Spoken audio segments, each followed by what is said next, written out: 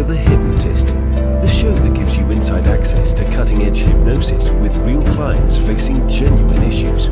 Brought to you by the hypnotherapist demanded by celebrities, CEOs, and even royalty, Adam Cox. These recordings took place live from Adam's clinic in London's world-famous Harley Street. So, get yourself comfortable and enjoy today's episode of The Hypnotist.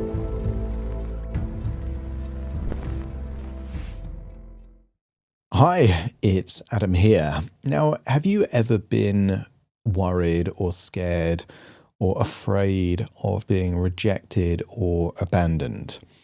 If so, you might find this session helpful or at least useful. I was working with a client that throughout their childhood, they had a sneaking suspicion that they were a low priority as far as their father was concerned. They didn't feel loved or wanted or supported or appreciated by their father. And it reached a point where they made a decision, at a fairly mature decision at a young age of about 13 or 14, that they weren't going to tolerate this lack of love anymore. So they kind of cut ties with their father. And in doing so, it gave them a lot of clarity. They didn't have to second guess anymore. They could just have a clean slate. Now, that's a very wonderful thing, but the problem is that it taught them that if there's any anxiety about whether or not they are wanted or loved or have the attention of someone else, just by cutting them gives a lot of certainty. Now, it was a good decision with their father to do that because that decision was made over many years, but they were finding themselves doing that in situations where they might not have got a text message or a call in a few days, and then they would very quickly block or unfollow people to have that certainty. And what this session does is it makes them feel resilient and confident and even curious that if someone isn't giving them the level of attention or love or affection or just presence that they want, they can just be curious. They can observe that without having to rush to make a decision and still have the right to make that decision as to whether or not they want to invest in friendships or relationships of any kind. So this is very useful if you find yourself, let's say, jumping before you're pushed. If there is a fear of being abandoned, so you go first, then the essence of this hypnosis session might be quite useful for you. So this could be quite useful. If you like the idea of working with me, what I'd encourage you to do is there is a webinar that I've created that actually has lots of different ways of understanding how I work and what I do, what hypnosis is good for, what it's not good for. And there's 2 suggestibility tests that take about a minute each. So you'll find out if you're a great candidate for hypnosis or not. So if those kind of things appeal for you, check out the link in the comments and the description to schedule and register for that webinar. And there's a very special bonus of 10 downloads if you listen to the very end of that webinar as well. So check that out. For now, though, find a quiet, comfortable place where you won't be distracted or disturbed. Relax and enjoy the session.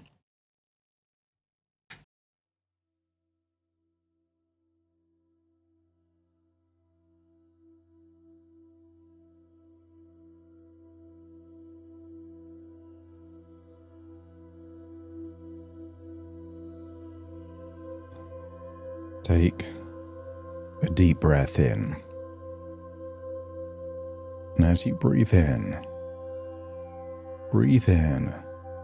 a slow, long breath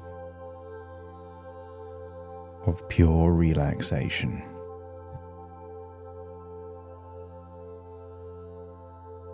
And as you exhale, allow yourself to release any feelings of stress, worry, any echoes of uncertainty. Just allow it to leave your body in that outward breath.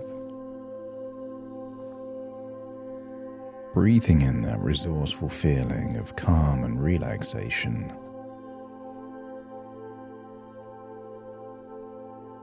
And as you exhale, allow your body to settle,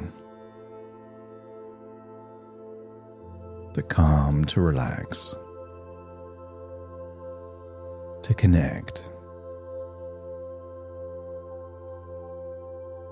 And your nervous system has been working very hard lately. It's been running that background alarm that has been consuming energy. But right here, right now, there is nothing that alarm needs to protect you from.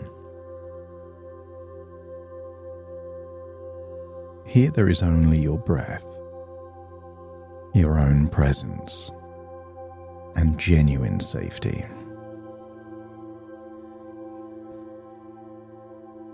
And just notice things like the temperature of the room, the surface beneath you. Feel solid, supported.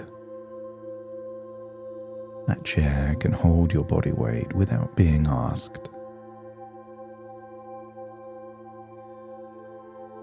Your body can trust that support now. The deeper you breathe, the more relaxed you feel. And the more relaxed you feel, the deeper you breathe. Each breath takes you deeper and deeper relaxed, until you find a place within, a place of calmness, a place of stillness, the center of yourself that alarm never actually reached, the place within where changes can happen and then ripple through your past and your future to give you less of what you don't need and more of what you do.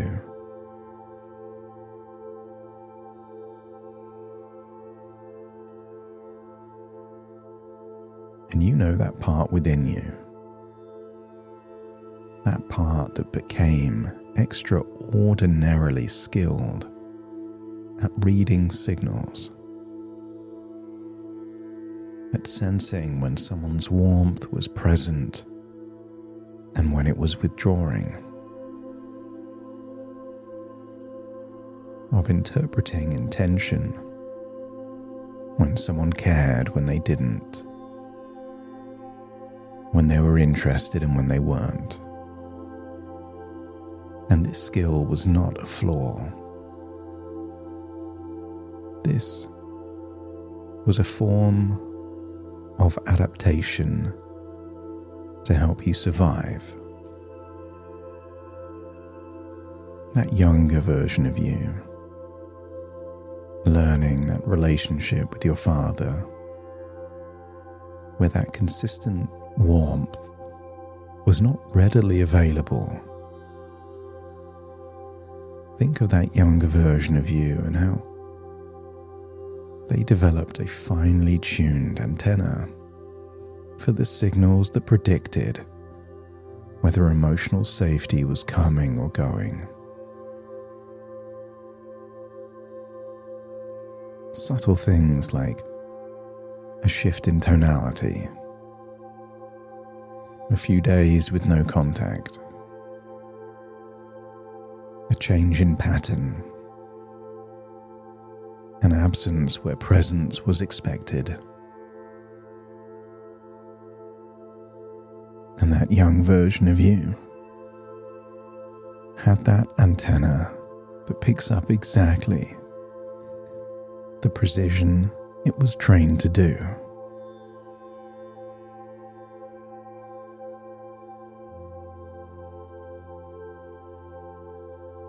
And I want you to think of that younger version of you with a great sense of pride.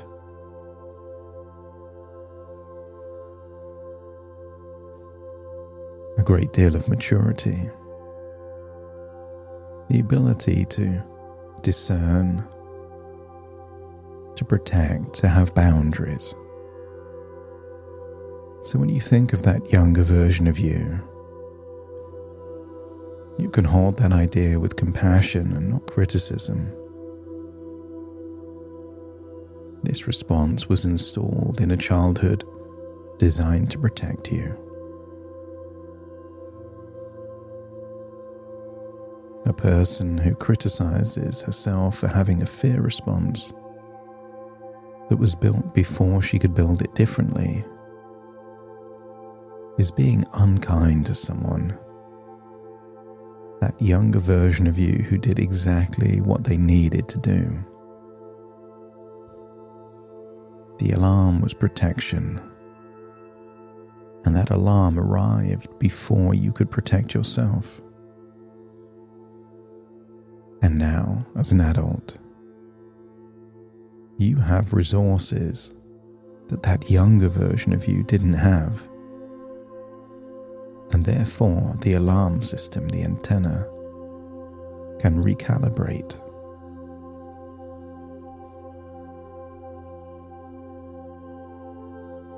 And I want you to welcome that younger version of you. Perhaps think of a childhood home. I want you to meet them at your current age and see them, that child version of you.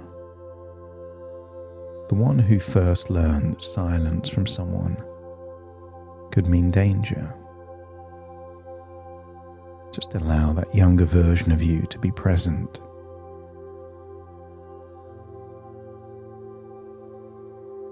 See the posture and the facial expressions, the quality of her alertness. Because that part is still within you, still influencing, still trying to keep you safe. But give that younger version of you a hug. Tell them they are loved. They are important. And tell them they're not getting anything wrong.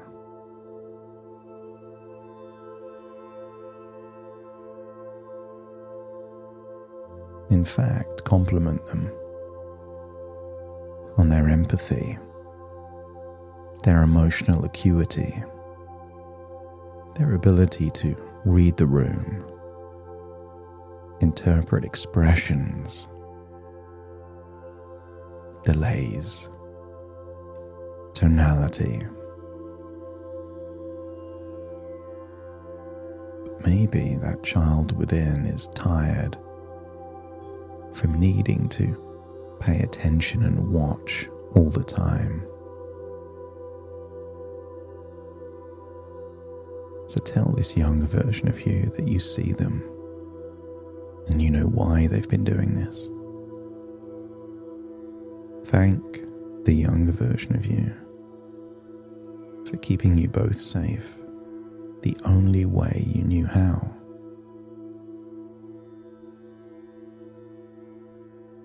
Tell them that the situations that genuinely happened with your father are not the same situations as romantic relationships or even male friendships. Tell this younger version of you that you know they feel the same because the signals are similar. The silence, the uncertainty, the inconsistencies. But tell that younger version of you that you're an adult now and that you have resources you didn't have then. Tell that younger version of you that you can handle uncertainty without it being dangerous. That you can reach out and ask when you want to know something. And the response doesn't have to be a particular way. It can be what you didn't hope for and still be fine. You can handle the truth.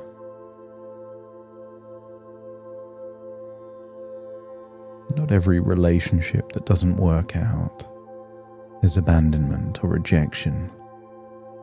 Sometimes it's just a lack of compatibility, and that's okay. To tell that younger part within you that she can rest now. The watching, the alertness can slow down.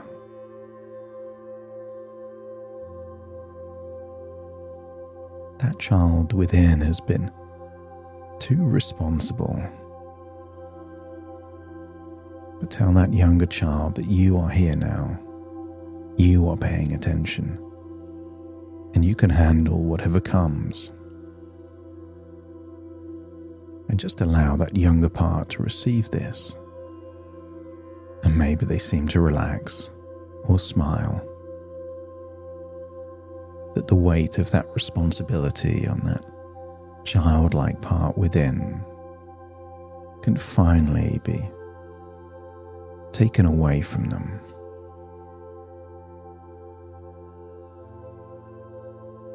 The child who learned to watch for danger is safe now. The adult you is here, with resources, with voice, and with the capacity and capability to handle what comes. So the alertness and the watching and the avoidance can ease.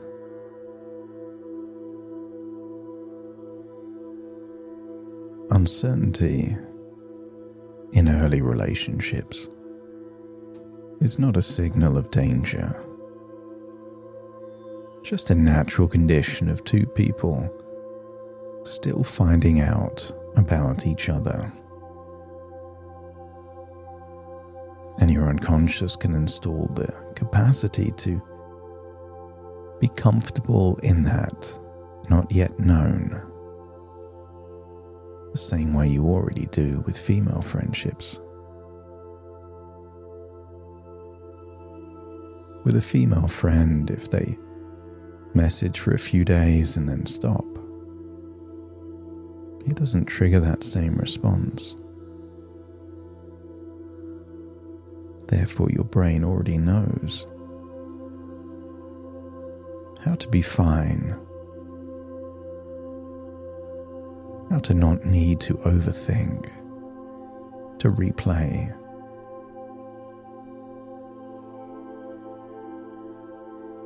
What if the default is a relaxed assumption rather than an alarm? No need to analyze.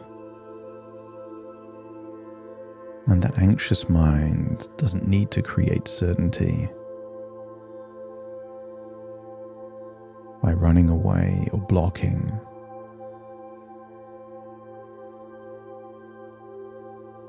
I wonder if your internal resources can feel that it's okay to not know, to not have certainty, to not need absolute reassurance. That you can trust yourself that you will make the right decisions at the right time. With your father, you naturally reached a conclusion over a period of time when it was right to have that boundary. You already know the winning formula. Not to jump to conclusions, but to accumulate sufficient experiences to know when a relationship no longer serves your need.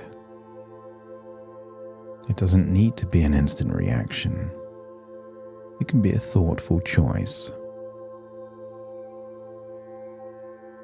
And don't forget that you have a voice. A direct, warm, adult voice. And that you can use it.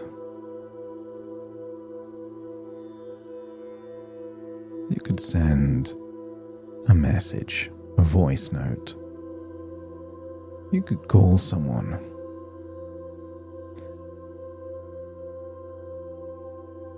I've noticed we haven't talked in a while. I wanted to check in.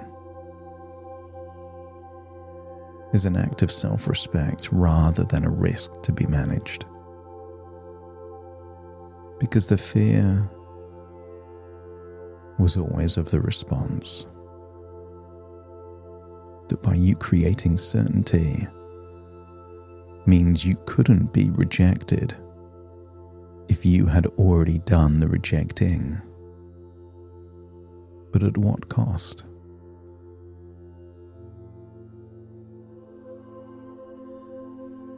If uncertainty introduces a boundary, before you really know intentions, what if these walls don't keep you safe, but keep you separated? I want you to feel that rejection is only possible if you allow it. And that's based on interpretation. If someone doesn't want to spend time with you, you can respect it, accept it, and still not make it about you. That whatever happens, you will be okay. Your worth is not determined by someone else's evaluation of you.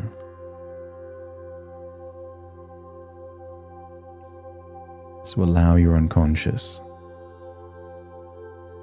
to bring to mind a particular dynamic that maybe you reacted too quick. The silence that's been triggering the alarm. Imagine something that did trigger you in the past now being in your future. And notice how you meet it from this place of new perspective.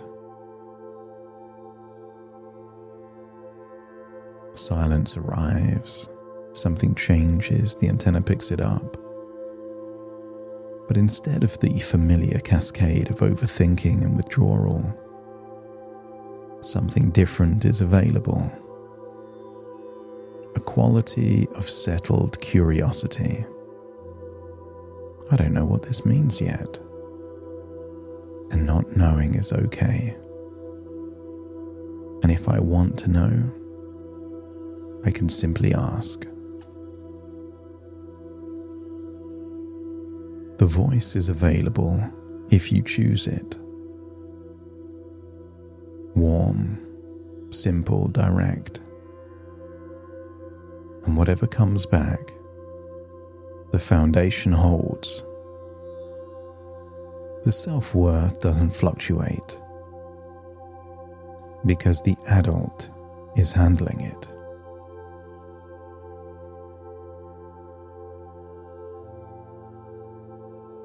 You have so many resources that you didn't have when you were a child. The focus, the clarity, the creative thinking, the knowledge, the understanding, all belong to you.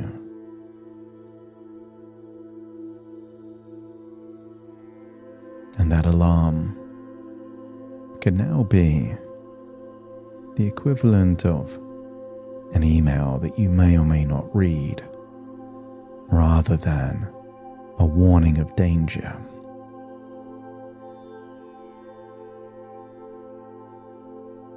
The alarm was protecting a child who needed it, and the adult you are has resources that child didn't have. So allow the alarm to recalibrate to something subtle, harmless, just information. Uncertainty is not danger. It's simply not yet known. And you can sit with it without your nervous system interpreting it as a threat. Because you have a voice. If by not knowing you ask, knowing that you can handle whatever comes back, that is empowered. It's not empowered to run away to keep you safe. It's empowered to know that whatever happens, you can handle it. Reaching out is an act of self-respect, regardless of the response. Because your worth is not contingent on anyone's response. You are the same person, capable, caring, valuable. Whether the response or the reply comes or not. It's time to leave this place of stillness in your imagination. But before you go, give that younger version of you a hug. Tell them that you'll take it from here, using the resources you have now that you didn't have back then. And notice that child within has a gift for you. A quality you had in abundance in your childhood that you've lost contact or connection with. Maybe it's something you used to believe, a skill, a capability, a quality. And see that younger version of you past that glowing ball of energy. Take it, place it to your chest, absorb it in, and feel that you've rekindled a wonderful quality that you had in abundance before and just needed reminding that it still is accessible to you. Say goodbye to that younger version of you as you float and drift back to the present. Take a deep breath in through your nose and out through your nose. Wiggle your fingers and wiggle your toes, connect and calibrate into the here and the now. As I now count from 1 to 10 to awaken you. Starting to count. 1, 2, 3, waking up. 4, 5, 6, more alert. 7, 8, open your eyes, open your eyes.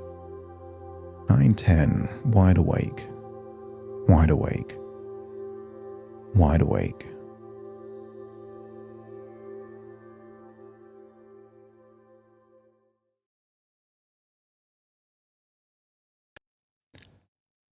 Thank you so much for joining me on today's episode of The Hypnotist. If you've enjoyed this episode or got some value from it, please give it a 5-star rating and review. And maybe you know someone that would also benefit from this particular episode, in which case share the episode with them so they can also get the benefit too. And if you would like to listen to this episode where it's just the hypnosis, so no intro, no outro, no explanation, just the hypnosis and completely ad-free, there will be a link in the description where you can subscribe at a very low cost and only get access to the hypnosis. So if that's of interest, please check that out. Thank you again for being a regular listener of The Hypnotist, and I'll see you again soon for more.